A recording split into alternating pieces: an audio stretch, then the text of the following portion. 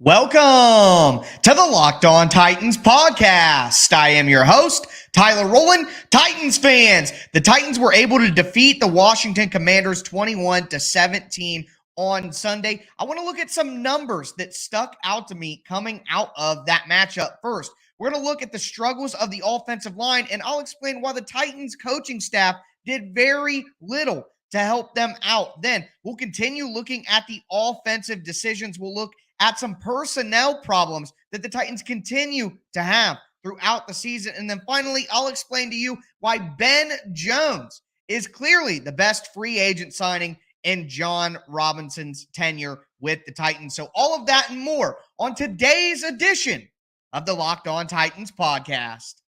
Let's get it. You are Locked On Titans, your daily Tennessee Titans podcast, part of the Locked On Podcast Network, your team every day.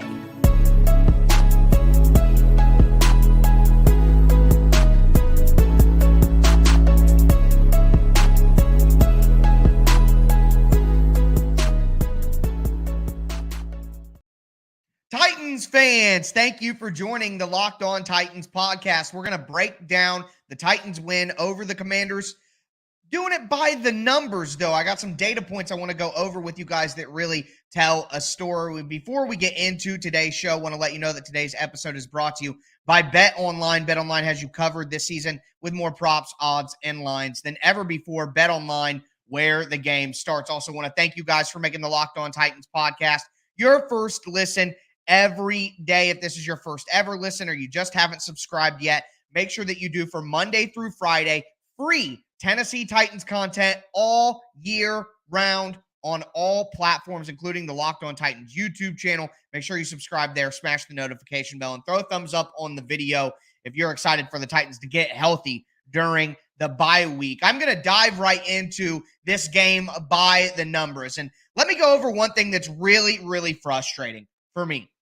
What are the Titans as an offense? They run the ball with Derrick Henry, and then what do? They play action off of that, and it helps everything. The Titans have had some banged-up offensive lines over the years.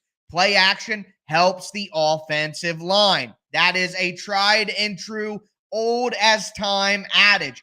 Play action helps the offensive line. Shout out to everybody in the comments. Zook, Tighten Up, Kevin, Jonathan, thank you guys for tuning in. But play action helps the offense. It helps the offensive line specifically, okay? And with the Titans' weapons, play action creates more space for guys who maybe don't create enough separation on their own.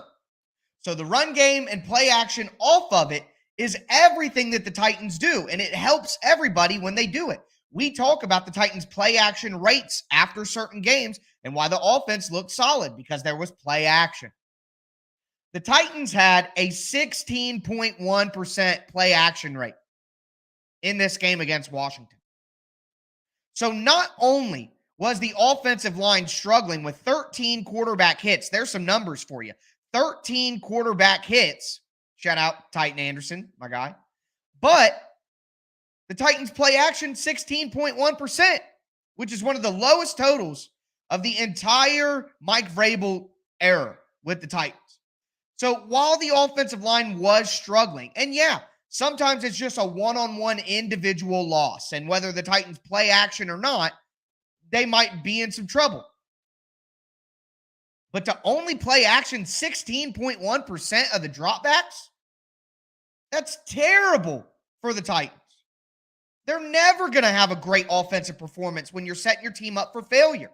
Not only is the offensive line struggling, but now you're doing the opposite of what will help them. Shout out to my boy Jay Lomas. Shout out to my boy Zach Lyons. We're all discussing this on Twitter today.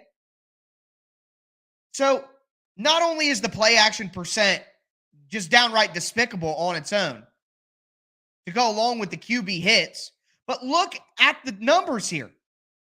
The Titans, when they did play action passes, 3 for 4 for 90 yards. When they did non-play action passes, 12 for 21 for 91 yards. They got one more yard on how many more attempts? On 17 more attempts. 1 extra yard on 17 more attempts.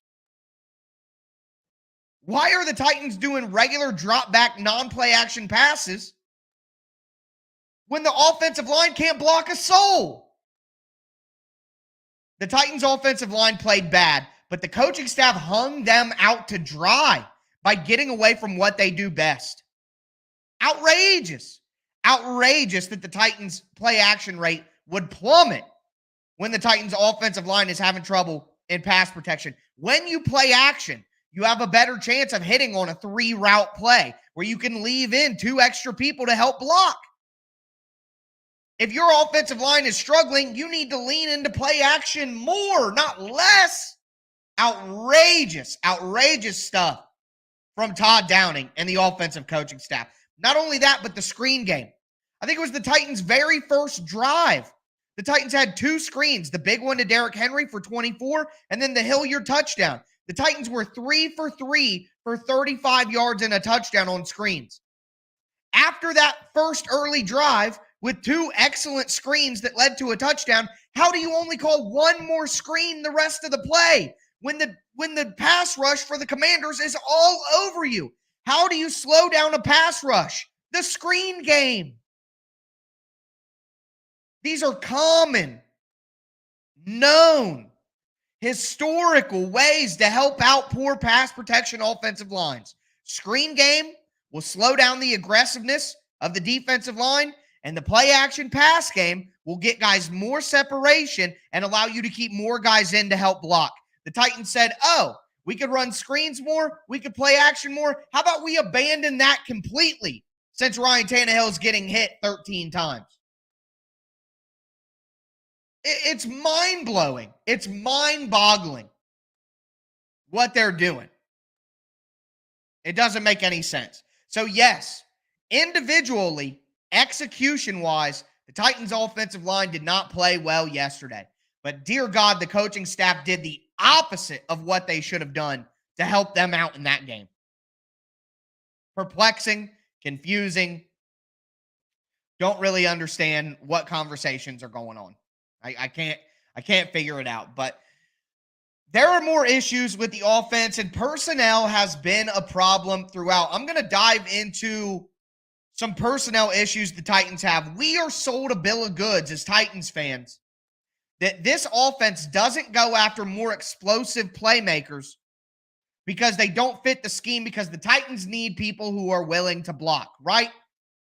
Blocking is so important within the Titan scheme. That's what we are sold. Well, how come the guys who are out on the field for their blocking are some of the worst blockers the Titans have? We're going to dive into that in just a moment. Before we do, I want to tell you guys about Tommy John. Fall is chaos in your pants.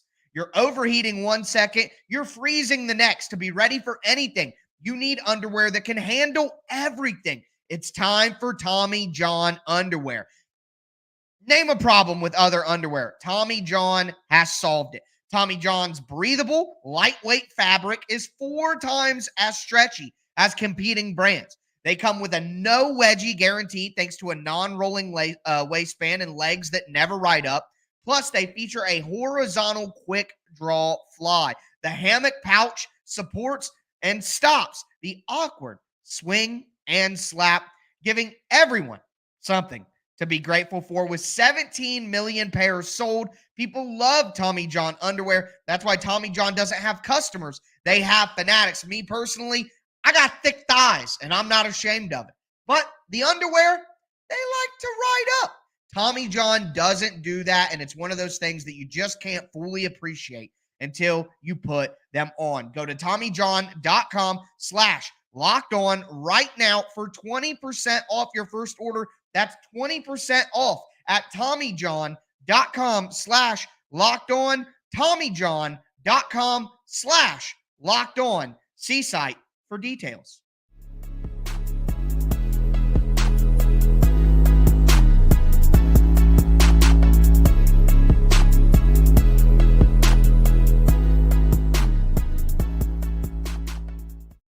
Titans fans, we're going to continue today's show breaking down the Titans win over the Commanders by the numbers. I talked about the play action percentage, went over some of the completion and yardage numbers of play action and screens versus non-play action and screens. Really despicable, quite frankly, what the Titans coaching staff is doing with an offense that's already beat up. And we're going to continue that conversation right now as we dive into some more numbers that stood out to me. Before we do, want to thank you guys again for making the Locked On Titans podcast your first listen every day. Remember, Monday through Friday, free Tennessee Titans content all year round. Locked On Titans, it's your team every day. Also, check out the NFL Key Prediction Show on Friday on the Locked On NFL YouTube channel. You're going to get game predictions for the 5 biggest games of the weekend. And it's going to be under 30 minutes. It's excellent stuff. I think it's funny. Bald and Bearded said, plus the wrong underwear can negatively affect your balls. That is a fact.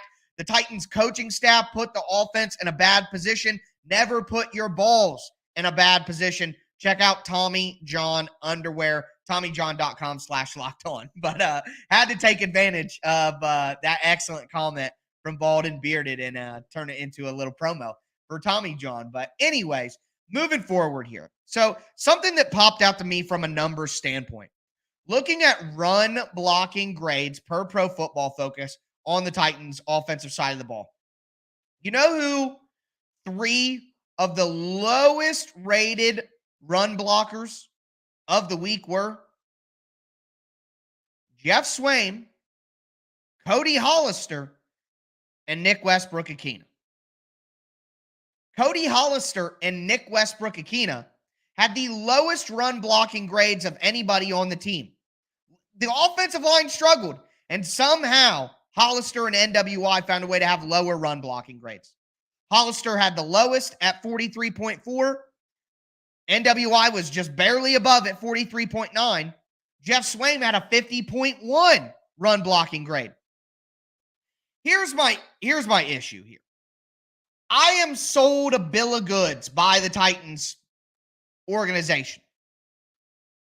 They tell me that, and maybe this isn't with words, but this is with action, right? The Titans don't want a Josh Gordon. The Titans don't want, I know you guys get mad when I bring this up, but I don't care. Titans don't want Josh Reynolds. The Titans don't want Khalif Raymond. The Titans don't want Amon-Ra St. Brown in the 4th round. The Titans don't want these guys who, Josh Gordon probably cooked. Khalif Raymond, haven't heard his name in a while. Josh Reynolds, yeah, he's okay. Got a new contract from the Lions, but my point is here. I am told by the Titans coaching staff that they don't go after real wide receivers, like guys who get open and catch the ball, because they're not good enough blockers. And we need guys who can block in this offensive system. That's what I'm told. That the Titans only go after certain wide receivers that may not be very explosive, that may not be great route runners, that may not be guys who can make plays with the ball in their hands after the catch. The Titans get these NWIs and these Hollisters and these Swaims because they block. And that is so important in the Titans scheme. And I'm not saying that it's not. But what I'm saying is, when you play guys like NWI and you play guys like Cody Hollister, guys who are not dynamic options in the passing game, and you play a guy like Jeff Swaim more than Austin Hooper and Chigakonkwo because they're better blockers, well, they better block, right? They better be excellent blockers every single week. You can't roll out Cody Hollister 51 snaps or 51 run blocking snaps this year and have him go out there and be the worst run blocker on the entire team. If those guys are so good at run blocking, then they better be good at run blocking every week. Now, to Nick Westbrook-Akina's credit, He has been pretty good in run blocking all year. His run blocking grade is like a 75.5. He made the big catch. I feel bad putting Nick Westbrook-Ikhine in here, but it's just the philosophy that I'm trying to talk about that the Titans give to us.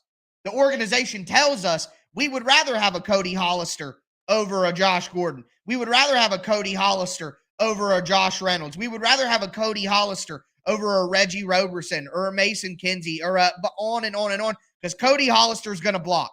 Well, he had a 43.4 run blocking grade against the Commanders. So if the guy can't block, Treylon Burks has missed one game. And Cody Hollister has 11 more snaps on rundowns than Treylon Burks. You're tipping your plays. And how is there any scenario in a run blocking, passing, how is there any scenario, even with the missed game, where Hollister could have 11 more snaps, or it's 42 for Burks, so 9. Hollister could have 9 more snaps on run plays than Burks had this year, even with Burks missing the game. How is that possible? And if that guy is out there, he better block his butt off. He better be an offensive tackle at wide receiver with how little he gives you from a passing standpoint. Same thing with Swaim. Swaim is a better blocker than Hooper, but it's not by that much. Jeff Swaim's missing blocks out there every week, and he gives you nothing in pass offense. Zero threat to the defense. Kyle Phillips had 18 snaps yesterday. Cody Hollister had 20. Austin Hooper had 34 snaps. Jeff Swaim had nearly 40 snaps. Chikakonkwo had 13. My boy Will Lomas said this to me today, and I agree 100%. It's obvious that this coaching staff does not have a plan for its young players. The play action rates, I talked about not helping out your young offensive linemen. The screen usage, or lack thereof as the game goes on, not helping your young offensive linemen. Where'd Chikakonkwo go? What, they just couldn't use Chikakonkwo this week? Kyle Phillips, probably the most explosive wide receiver the Titans have right now. You can't get him on a screen? Quick screen out? I mean, why isn't this team using the only talent that it really has in lieu of guys who I'm told can block, who don't block that well anyways? In Hollister and Swaim. There's room for one, Nick Westbrook-Ikhine, to do what he does. But you can't have that at tight end and have that 20 snaps a game in Hollister. So I hate to just be negative here and harp on bad things, but the reality is the Titans may be 3-2, but they're not going to be able to continue to win this way. They have to play their best players, put them in positions to succeed, and keep the core philosophy of the offense that has worked for multiple years. When the offensive line is struggling the most, you don't go away from screens and go away from play action. And if the guys who are supposed to be your best run blockers aren't run blocking, then put in your guys who are more explosive receiver options. It seems simple. It really does. And yeah, they may be NFL coaches, and I may be a podcast host. But that doesn't mean that the answer can't be simple. It's wild this team doesn't do the obvious things that can help them week to week be more explosive. Hopefully, through time, the Titans put it all together. This team gets better as the season goes on, so hopefully they continue to do that. But we're going to cap off today's show talking about Ben Jones. I looked at the Titans' offensive line. I looked at the coaching staff. I looked at everything, and I just thought, man, I feel bad for Ben Jones, who is Jon Robinson's best free agent signing ever. And I'm going to explain why. Before we get into it, do want to tell you guys about BetOnline. BetOnline is your number one source for all your football betting needs this season. You can find all the latest player developments, team matchup, news, podcasts, in-depth articles, analysis on every game. It's the fastest and easiest way to check in on all your favorite games and events, including MLB, NBA, NFL, MMA, boxing, esports, even golf. Head to betonline.net right now on your laptop or your mobile device to learn more about all the trends and all the action. BetOnline, where the game starts.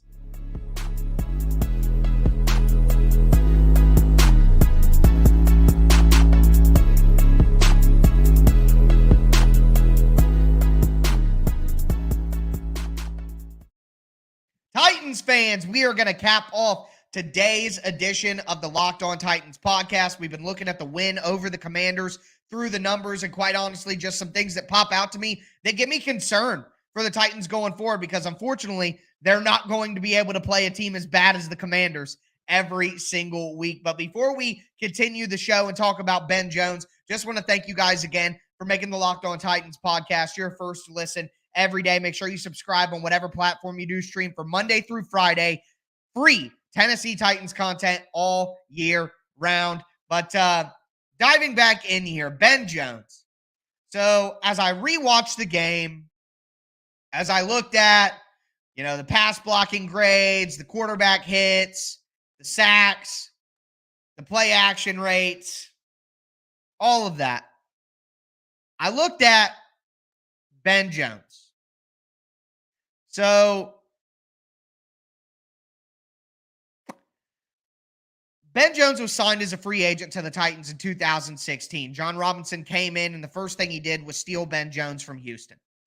And quite honestly, Ben Jones is Danico Autry signing, but on the offensive side of the ball and for a lot longer is what it is. Ben Jones been with the Titans since 2016 to now.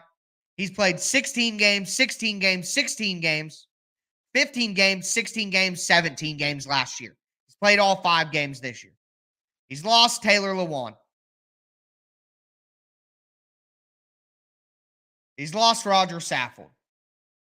He's lost Jack Conklin, Dennis Kelly. He's playing with a rookie in NPF.